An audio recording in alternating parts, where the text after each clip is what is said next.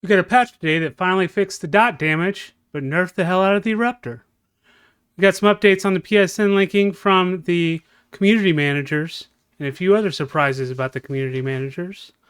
We got some comments from Johan regarding some changes to Tango Games, the producers of Hi-Fi Rush, and a few other interesting surprises about the repercussions of the PSN linking debacle. All that today, so come and join me on the SES Courier of Democracy, and let's dive on in. Launch initiated.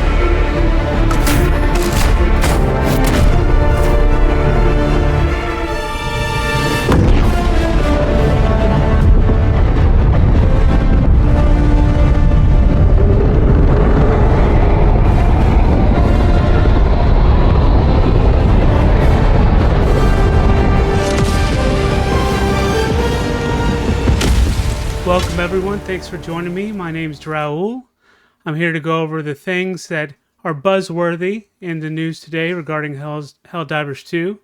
And we're going to cover a few things here. To start with, we're going to begin with the patch notes that were released early this morning.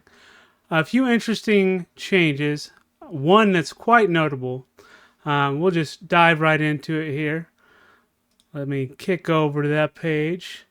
For this patch, we've made a few improvements and changes to the following areas. There's going to be some weapon and enemy balances, crash fixes, social menu issues, which have been outstanding for a while, the dot damage fix, which has been a big deal. I know me personally have not been touching dot damage till that's been fixed. I'm sure a lot of you feel the same way. Misaligned scopes, a lot of people have been avoiding things like the AMR because of that. Additional fixes and improvements. Now, the R9 Eruptor, probably my favorite gun right now. I've been running it for the bots and the bugs. They have increased explosion damage by 40. Now, if you know anything about the damage and the amounts and the way explosion damage works, that's not that much. 40 is not that much. And then they mention, again, and they mentioned this in the past a few weeks ago when they were kind of preambled this change, that they are making this change and removing shrapnel from the gun to avoid players one-shotting themselves with shrapnel ricochets. Unfortunately, I don't really buy that. And I know they preambled this, but this seems like a narrative that they put in place themselves. I never met any player who ever complained about this. Ever. Never in game, never on Twitter. I've never even seen it on Reddit. This seems like a narrative they really propped up themselves to try to justify this change. I've heard, I haven't been in the game yet, but I've heard you can't one-shot chargers anymore. I posted videos just yesterday of me one-shotting and two-shotting chargers, which is super fun.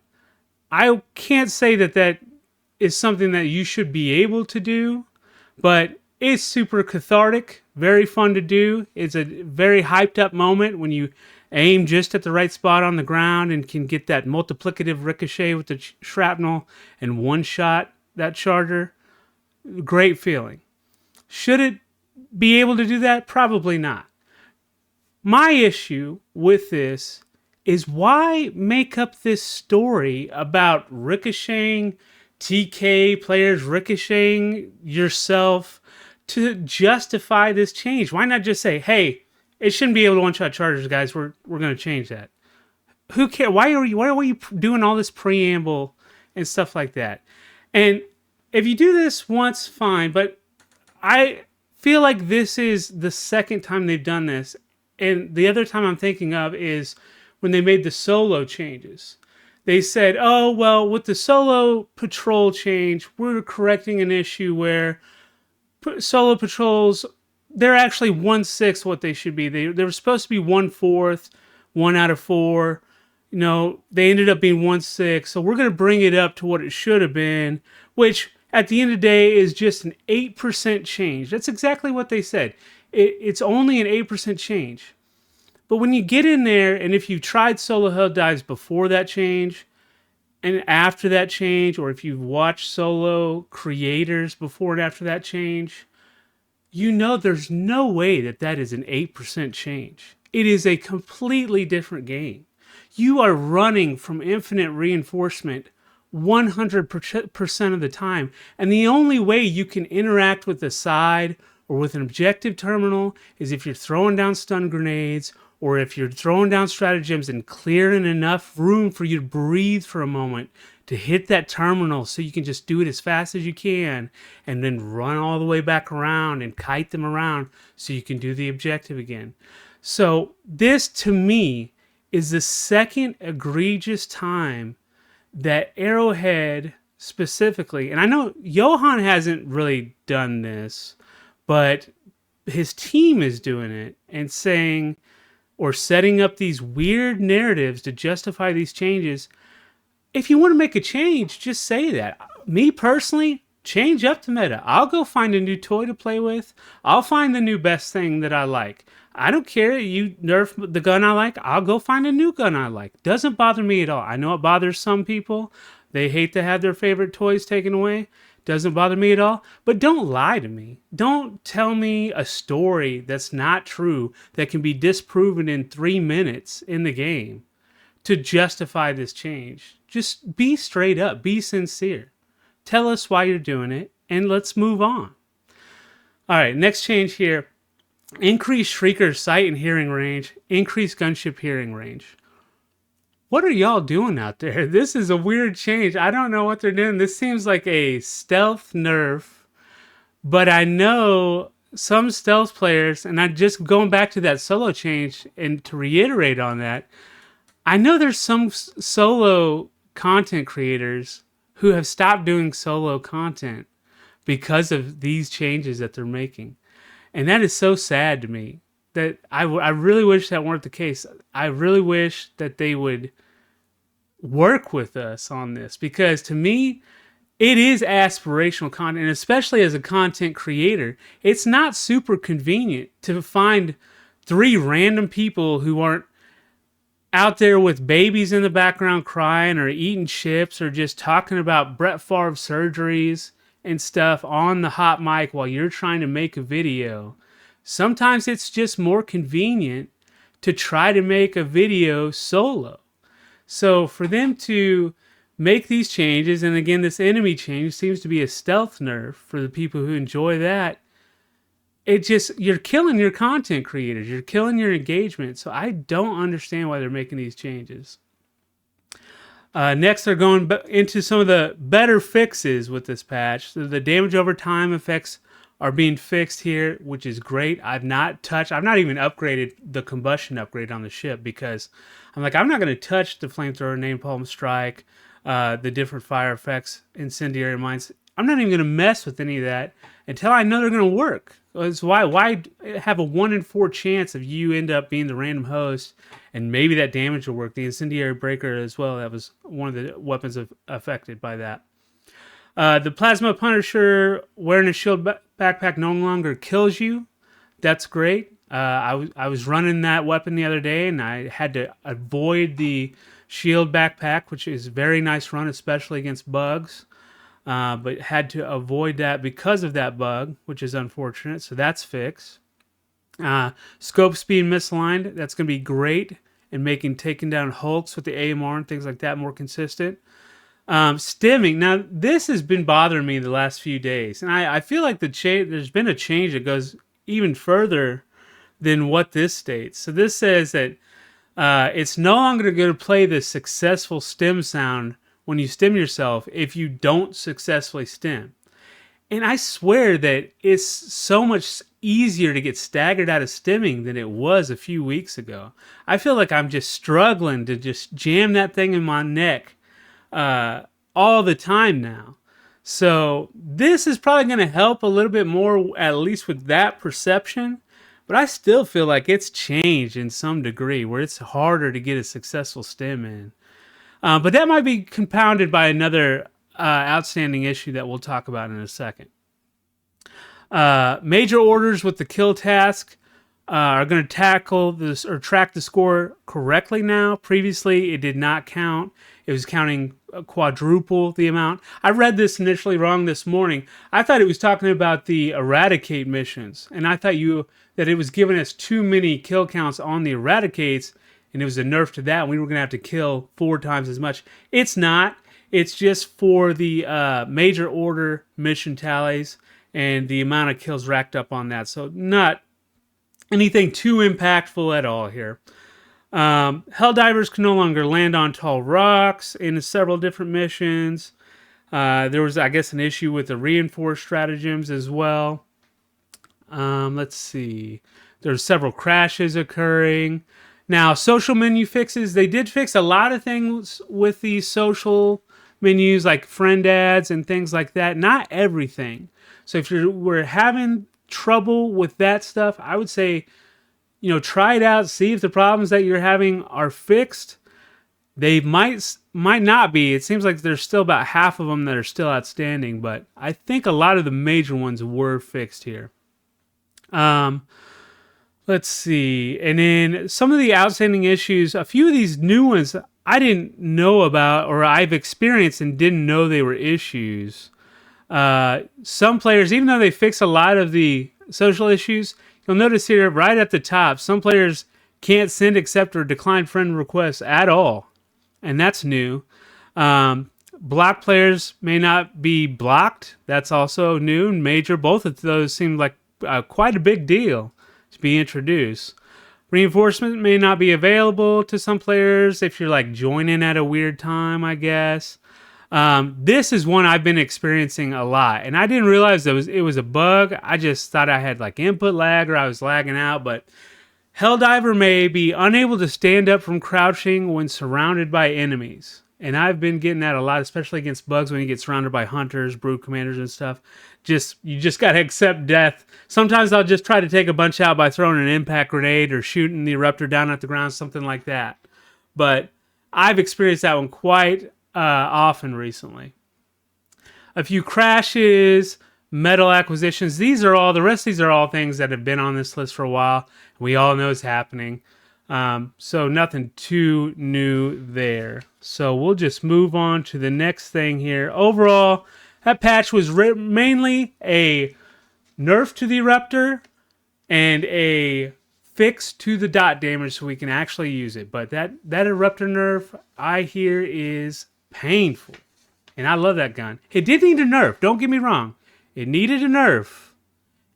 But don't be telling me stories. Tell me the truth. Don't make up some weirdness about that. That is so weird. All right. So let's get an update from the community managers on the PSN linking. Let's take a look at that. So Twin Beard came in early this morning. If you live in the Americas, early this morning. He said he wanted to come in here and just say something about the linking. They don't have all the details yet. He knows they're not going to be moving forward with mandatory linking, but they're still talking about it. I'm sure they're discussing what they're going to do as far as optional linking is concerned. I would imagine they're going to do some kind of incentive or something like that. He just doesn't have any more real details to give to us, and hopes that we'll be patient as those come forth. He's also talking about how much drama there's been in the Discord lately with 1 million users in here, and we'll see that kind of play out throughout the day. This was very early in the morning. There's been a lot of people on Twitter and stuff calling for a lot of the community managers' heads who were involved in this.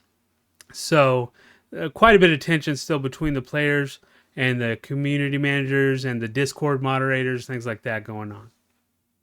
And then later this afternoon, there's something interesting going on. I didn't know this about Japan. I don't know if you did either. But in Japan, I guess, when a game sunsets, I think this is how it works, but when a game retires or sunsets, they have to refund all your virtual currency purchases back to you in real money. So for Helldivers 2 in Japan, because Helldivers 2 is generous in the fact that it allows you to farm super credits for free, but you can also buy them. They have to have two different kinds. They have to have one labeled for the purchase version and one labeled for the farm version, so that when the game does retire or you quit or however that works exactly over there, you can't just get a refund for all the super credits you bought and all the super credits you farmed and basically farm real money out of the game that way. So because of that, I guess there was an issue with displaying the super credits you could buy in the war bonds on the store, and they're working on a fix for that, and there was something going on with that. So there was an announcement here from Twinbeard on that. No big deal, but it was very interesting to me. I didn't know that that was something they had in Japan or some kind of regulation in Japan for that. All right, moving on here. Just some things on Twitter, not necessarily regarding Arrowhead or Helldivers, but some thoughts from Johan Pillestead on Tango Gameworks and Microsoft and some of the game developer layoffs that occurred and were announced today. I think Tango Gameworks were probably the highest profile one because of the game Hi-Fi Rush that had kind of rave reviews and won some BAFTA awards, some game awards for their game, and the entire studio got shut down. And that's been kind of the trend lately is these games, if you do terribly, you get laid off and your studio gets shut down. You do great and win awards and you get laid off and your studio gets shut down. So it's like you can do no good in this industry right now. It's like unless you're some huge IP that has multiple TV shows and all this kind of stuff, it's like you can't rely on any kind of job security. So he just came on to Twitter, and we'll take a look at that. Let's see here. I'll switch over to that window, and you can see he says, "I don't understand the closure of Tango Gameworks. I mean, why close instead of divest? Surely the team would easily have been able to find a new home." And so what he's talking about is, why did you shut them down instead of selling them to someone else? And there's some discussion here in the thread, and I think the conclusion here is, well, probably to maintain scarcity or to scarcity of that talent, or so that someone like Sony can't sweep in and pick up that studio and make Hi-Fi Rush 2 under Sony directly. So yeah, that's kind of a sad situation, but it is interesting to see Johan come in and have some commentary on that, because he doesn't tweet all that often. You know, maybe we'll get once a day or a couple times a week. So it's interesting to have his perspective on that sometimes. So also relatively recently, he also came in and said something about potentially making a new cape from the review bombing that occurred. And if you know the Steam charts, if you've ever seen any graphs of the Steam charts, this is pretty much what they look like. So those days of review bombing, those hundreds of thousands of negative reviews, we got tons of those. This was the peak. And then they started coming back up once the PSN linking was announced as no longer mandatory. And now I believe they're positive. I think the game's almost all the way back to positive now. So this was the initial design that he tweeted about, and people started riffing on that, and it's kind of been refined. And here's Odo, another big content creator. He kind of posted a couple examples of ones he liked here. That's a cool one. I'd like that to come down a little more on the cape personally myself here. Here's another one. I like that one too. I like the symmetry on that one. Again, I like it to come down a bit more on the cape. So those are cool. That's another cool emblem. And these could be cards too, you know, the player cards. But the fact that he's, you know, jumping in on this, and he's joking, people are saying for free, and he's like, no, $1,000 easy. That's kind of funny. I really like his sincerity and sense of humor. I just wish that would propagate through the rest of his team, you know. Some of these CMs and some of these bouncing devs just saying the wrong things a lot of times. I hope they can really get on the same page as some of that stuff. But with that in mind, the last thing I want to talk about here is it was announced this afternoon that Spitz was actually let go as the community manager. And he is kind of the guy who really spearheaded or started the whole review bombing campaign that seemed to really have that effect of getting Sony to back off of the mandatory linking. Yet at the same time, he also was kind of abrasive and blunt to a lot of the Discord members and players on the Discord and on Reddit. And a lot of them didn't like that, so they were calling for his head, kind of, and a lot of drama. Of course, I've worked in customer service myself, and I know that you can really get worn down. And it's hard to keep your head cool sometimes. So I've got a lot of sympathy for him there.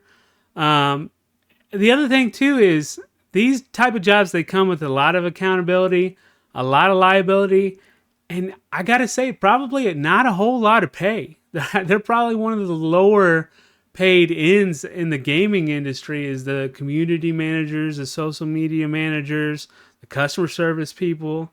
So I hate to see, these gamers go just crazy like a lynch mob or a witch trial against these community managers for just saying just something a little bit heated and go after these guys. But I suspect that this is probably a lot of Sony saying, hey, who started this negative review thing? Because we heard that it was your guys' team, and that is not cool.